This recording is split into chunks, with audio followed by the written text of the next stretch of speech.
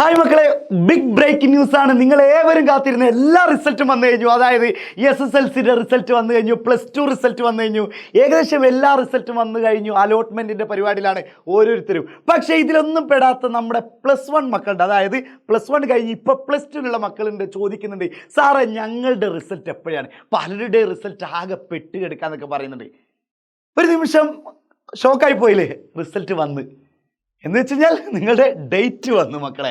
Result date എന്താണെന്ന് വെച്ചാൽ school June 2 നിങ്ങളത് തുറക്കും.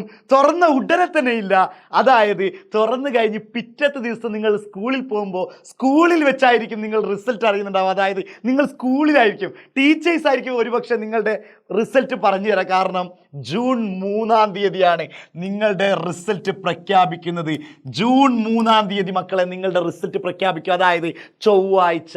റെഡ് അലേർട്ട് മറ്റുള്ളതും ഒന്നും ജില്ലയിലൊന്നും ഇല്ലെങ്കിൽ, അതായത് മഴ കുറവാണെങ്കിൽ, മഴ കൂടുതലാണെങ്കിൽ ഒരുപക്ഷെ സ്കൂൾ ഉണ്ടായിരിക്കില്ല.